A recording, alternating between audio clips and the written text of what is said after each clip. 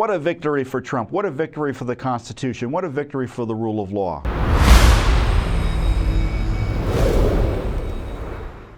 The miracle of Trump's survival is just, like I said, a miracle. We should all be thanking and praising God in addition to praying for the other victims. Another miracle today, in some ways, was the dismissal, the complete dismissal,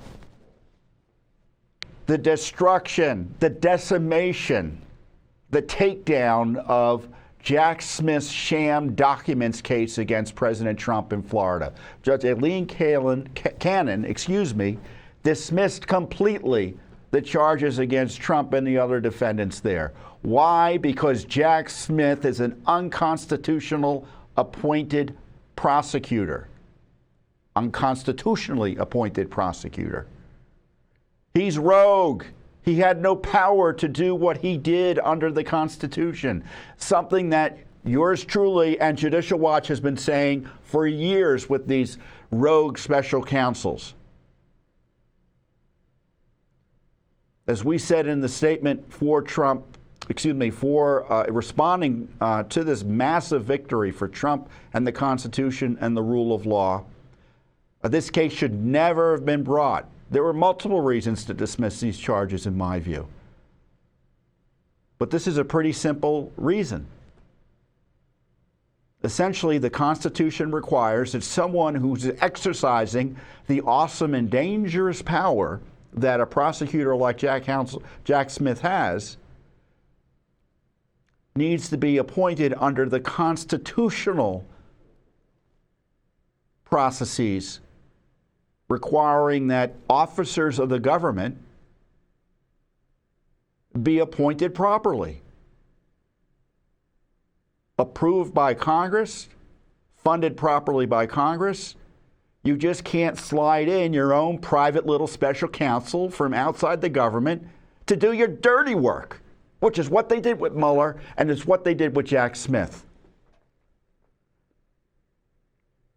As Cannon highlighted, you have U.S. attorneys that could be slid into a special counsel position, other government attorneys who might be able to do these types of prosecutions under the proper supervision of properly confirmed individuals in the Justice Department or elsewhere in the government. But Jack Smith is a contract lawyer they brought in. What a victory for Trump. What a victory for the Constitution. What a victory for the rule of law. And I want to read just briefly what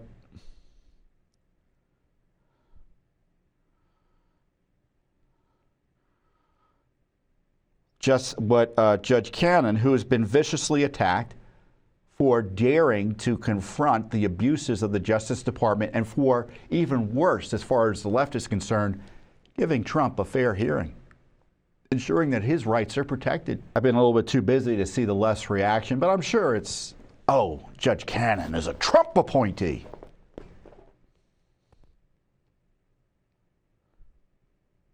How terrible. What's terrible is that these special counsels have been allowed to run amok for years. This is her key, well, one of her key statements in her opinion. The bottom line is this: the Appointments Clause is a critical constitutional restriction stemming from the separation of powers, and it gives the Congress a considered role in determining the propriety of vesting appointment power for inferior officers. The special counsel's position effectively usurps that important legislative authority, transferring it to a head of department, which is Garland in this case, and in the process threatening the structural liberty inherent in the separation of powers. So this is an issue about how we're going to govern ourselves and whether the Constitution is going to govern or we're going to have rule by men like Garland.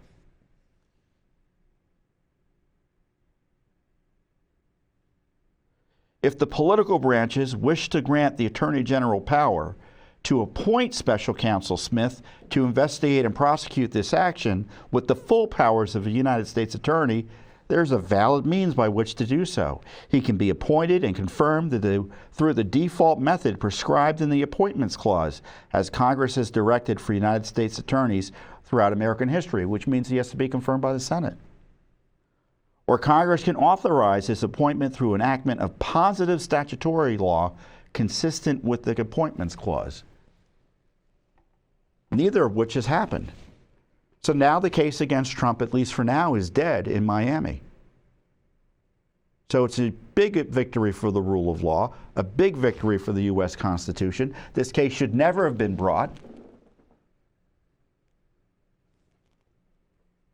You know, I've seen these abuses up front, up close. I was harassed by Jack Smith's special counsel operation. Judicial Watch was harassed by Jack Smith's special counsel operation. So we know there are abusers over there.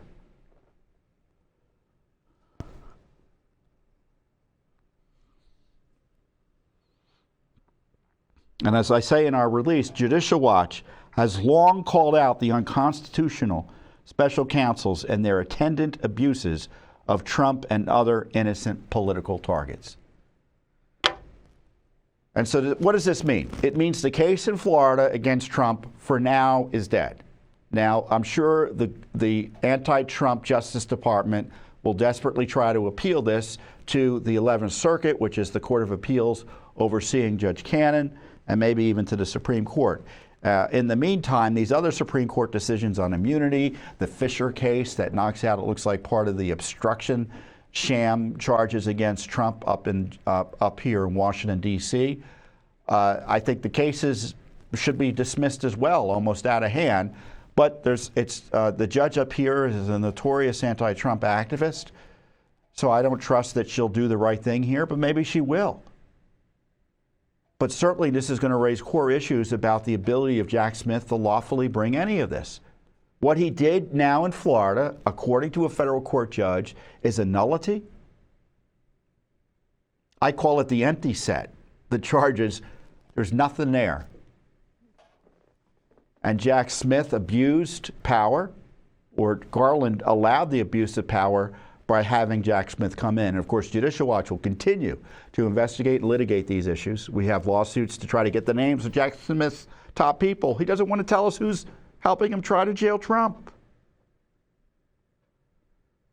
Numerous other lawsuits we have into these abuses targeting Trump. So they can attack us, they can target us, but we're not going to back down. Judicial Watch is going to stand strong.